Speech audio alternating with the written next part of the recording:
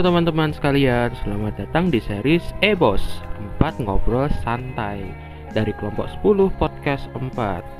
Waduh, sebelum kita masuk lebih jauh, kita kenalan aja dulu ya. Iya nih Dik. Halo, saya Regina Devita Budi Maharani, biasa dipanggil Devita. Saya dari kelas 10 IPS 1, nomor absen 29. Halo, nama aku Tisya Liliana Putri Ardanti. Kalian bisa panggil aku Tisya. Aku dari kelas 10 IPS 2, absen 34. Halo, nama saya Abed Wahyu Wibisono, biasa dipanggil Abed. Saya dari 10 IPS 2, nomor absen 3. Hai, saya Yeskiel Dikta Lasobi Murti, biasa dipanggil Dikta, dari kelas 10 MIPA 1, absen 29. Oke guys, ngomong-ngomong, kalian bosen gak sih di rumah terus? Udah mulai enggak sih? Karena saat ini kan pandemi sudah mulai longgar dan kita sudah diperbolehkan untuk berpergian. Tetapi walaupun sudah mulai dilonggarkan, kita tetap harus menjaga protokol kesehatan yang ada. Ya bener banget tuh Dev. Jangan seperti orang-orang yang lalai akan prokes yang berlaku. Dan jika kita lalai dalam prokes, kita termasuk melakukan penyimpangan sosial negatif. Karena itu sebuah perilaku menyimpang yang memberikan dampak negatif terhadap sistem sosial, karena selalu menyebabkan hal-hal buruk terjadi. Contohnya saja, jika kita lalai dalam prokes, maka akan berdampak besar bagi ekonomi negara. Nah, sama seperti tetanggaku, mereka melakukan penyimpangan kelompok karena mereka sering mabuk-mabukan, pemalakan, dan aksi balap liar. Itu semua mereka lakukan karena faktor keluarga, teman, dan lingkungan sekitar. Apalagi generasi seperti itulah yang sangat menghambat pertumbuhan ekonomi. Loh, kok bisa gitu? Bisa dong Dev, karena sebagai contoh di dalam faktor keluarga yaitu kurangnya perhatian dari orang tua dan broken home. Serta kamu lihat aja beberapa besar di Indonesia yang terbentang dari Sabang sampai Merauke. Jika kasus COVID naik, maka sangat berdampak sekali pada Indonesia ini. Emang Indonesia tuh sebesar apa sih? Wah, kalau itu sih udah gak usah ditanya ya. Pasti Indonesia besar banget. Bener tuh ya. Kalian tahu sendiri kan negara Indonesia ini adalah negara kepulauan yang terdiri dari banyak sekali pulau-pulau yang dianggap sebagai elemen penghubung. Oh, berarti hal ini secara tidak langsung terkait dengan sikap negara yang mengutamakan pada persatuan dan kesatuan ya? Iya Dev, benar banget. Nah, kalau masalah kepulauan sendiri itu berkonsep akan wawasan Nusantara. Ada yang tahu nggak kenapa? Aku tahu, karena secara kontekstual, istilah ini lebih tepat diterjemahkan sebagai visi kepulauan Indonesia. Wawasan Nusantara juga salah satu cara bagi Indonesia untuk memandang dirinya sendiri secara geografis. Tapi guys, salah satu contoh kesatuannya itu juga berdasarkan ekonomi kan? Ya, kenapa Bert? Terus, cara supaya kita bisa mendukung perekonomian di Indonesia ini gimana sih caranya? Dengan cara mengembangkan kreativitas kita dengan membuat kerajinan tangan, lalu kita jual. Dengan begitu, kita bisa mendapat suatu keuntungan dan dapat membantu memajukan dalam perekonomian. Dan juga, jika kita ingin menjual suatu produk yang kita hasilkan, kita juga harus memperhitungkan biaya pokok produksinya loh. Cara menghitungnya bagaimana ya Tis? Biaya bahan baku, ditambah biaya tenaga kerja, dan juga ditambah biaya overhead pabrik. Emang kenapa sih Tis kita perlu memperhitungkan biaya pokok produksi seperti itu? Karena akan mempengaruhi tinggi atau rendahnya harga jual produk. Nah, biaya produksi akan dibebankan kepada konsumen. Artinya, setiap pembiayaan akan dihitung, kemudian akan dibagi dengan jumlah produk yang diproduksi. Muncullah harga jual. Ngomong-ngomong soal harga jual nih ya, kemarin aku baca buku yang aku beli dan menurut aku harganya sih murah untuk buku sebagus itu. Sama loh Dik. Aku juga baca buku bagus banget asli. Dih, rajin banget. Ngomong-ngomong, buku apa aja yang kamu baca, Dev? Dik? Kalau aku baca buku Trilogi Negara 5 Menara oleh Ahmad Faudi, bercerita soal Alif dan teman-temannya di pondok yang tidak pernah menyerah menggapai mimpi, sehingga mereka berlima menjadi orang sukses dan bekerja di 5 negara yang berbeda. Dari buku ini aku belajar buat berani ambil resiko, disiplin, dan bertanggung jawab. Jadi, generasi Z harus tetap disiplin jika ingin membuka usaha selama pandemi. Jangan hanya setengah-setengah membuka usaha. Sampul ini menarik banget sih, cuma sayangnya penggambaran tokohnya kurang jelas. Kalau aku baca buku Kesenjangan Ekonomi yang ditulis oleh Eka Sastra. Buku ini bercerita tentang pertumbuhan ekonomi berkualitas yang dapat membuka kesempatan kerja yang luas bagi masyarakat, serta pembahasannya disertai oleh teori dan data yang membuat buku ini dapat memberi solusi yang terbaik untuk menghadapi kesenjangan ekonomi di Indonesia, bahwa harus adanya kesadaran dan perbaikan SDM serta masyarakat dan para generasi Z untuk menggapai Indonesia emas pada 2045.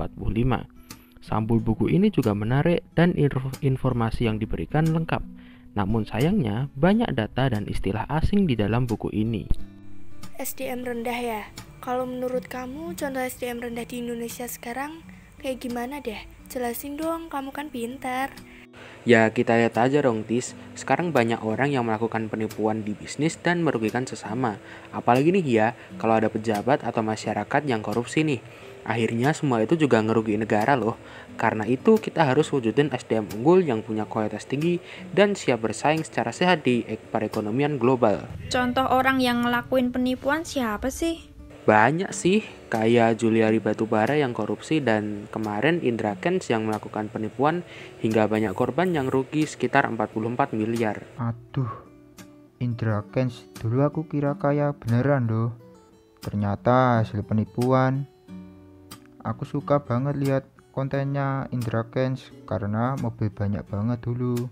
Favoritku sih, cuma sekarang nggak lagi deh. Hehehe. Aduh ya tuh Bert, apalagi Tesla Model 3 sama Lamborghini Huracan Spider itu. Dari mereknya aja udah kelihatan mahal. Mahal doang, ketabrak tiang listrik juga paling udah kayak ayam geprek di kantin. Tergantung kecepatannya juga tau Tis. Misal nih, Tesla Model 3 sama Lamborghini Huracan Spider itu sama-sama nabrak kebangunan gitu deh. Pasti Lamborghini Huracan Spider itu bakal lebih rusak dan membuat kerusakan di bangunan itu lebih parah. Karena kecepatan maksimal Lamborghini Huracan Spider itu lebih tinggi nih dibandingkan kecepatan Tesla Model 3. Sehingga kerusakan yang besar disebabkan oleh karena adanya impuls yang menyebabkan perubahan momentum ketika Lamborghini Huracan Spider itu menabrak bangunan. Nah, bener banget tuh, Dik. Kecepatan Lamborghini Huracan Spider itu bisa sampai 316 km per jam. Kalau Tesla Model 3 itu cuma 225 km per jam doang. Ya nih, tapi kalian sadar gak sih kalau sebenarnya gaya hidup Indra Kents itu jauh berbeda nih dibanding gaya hidup Yesus di Alkitab? Loh, kok bisa sih? Kalau dipikir nih ya Dik, Indra Kents tuh kaya loh. Dia juga kadang sombong sama gaya hidupnya mewah banget. Pasti kayak semua dibilang, wah murah banget. Belum lagi nih ya, dia kan juga pakai mobil sama motor yang harganya bisa sampai miliaran rupiah kan. Indra Kents juga bohong loh soal binomo. Itu ngerugiin banyak orang, terlebih ke ekonomi negara loh. Loh, kalian sadar gak sih kalau Yesus itu kehidupannya sederhana banget loh. Dia lahir di Bethlehem cuma di palungan, hidup di keluarga tukang kayu, dan perjalanan hidup Yesus bukan semata-mata menikmati kemewahan dan hal duniawi, tapi separuh perjalanan hidupnya ia gunakan untuk menyebarkan Injil dari desa ke desa dan dari kota ke kota bersama ke-12 muridnya. Iya juga sih ya. Terus kenapa Dik? Lantas, maukah kita menjadi pribadi yang sederhana dan mau berjuang seperti Yesus yang hidup untuk menebarkan Injil dan rela mati di kayu salib demi menebus dosa manusia? Aduh, kalau sampai mati sih berat. Orang yang bilang cinta mati aja baru sehari kadang udah berhenti berjuang. Tapi kita bisa loh meniru pribadi Yesus yang sederhana, mau berjuang dan mau berkorban di kehidupan sehari-hari. Bisa sih harusnya ya. Kita harus mau sih buat meniru Yesus, karena ada dasarnya Yesus itu punya pribadi yang baik. Yoi, bener banget nih. Jadi pribadi yang berjuang buat bekerja membangun UMKM dan ekonomi di Indonesia. Dan hidup sederhana aja lah. Jangan sampai gaya kita lebih besar daripada usaha kita. Bener, aku juga sering dengar khotbah Romo seperti itu di gerejaku. Kalau boleh tahu, emang gerejamu di mana, Dik? Di dekat perpustakaan kota. Oh iya, aku pernah ke perpustakaan situ nganter adikku baca buku. Memangnya adik kamu baca buku tentang apa, Tis? Ini nih, Tangkuban Perahu. Oh, Tangkuban Perahu. Aku habis baca tuh buku itu. Nah, Dikta tahu nggak nih? Once upon a time there was a kingdom in Priangan land. There lived a happy family. The father was in the form of dog. His name was Tumang. The mother was called Dayang Sumbi and the child was called Sangkuriang. One day, Dayang Sumbi asked her son to go hunt with his lovely dog Tumang. After hunting all day, Sangkuriang then got desperate and he was so worried because he couldn't find a deer to hunt. And so a thought went through his mind, and the thought was about shooting his own dog. Then, without much thinking, he shot his dog, took its liver and carried it home. Soon, Dayang Sumbi found out it was not deer's liver, but rather Tumang's, his own dog's liver. After finding out the fact it was Tumang's liver, she got really angry and hit Sangkuriang's head. After that incident, Sangkuriang got wounded and was then casted away from their home. Years went by. Sangkuriang had to travel to many places and he finally arrived at a village.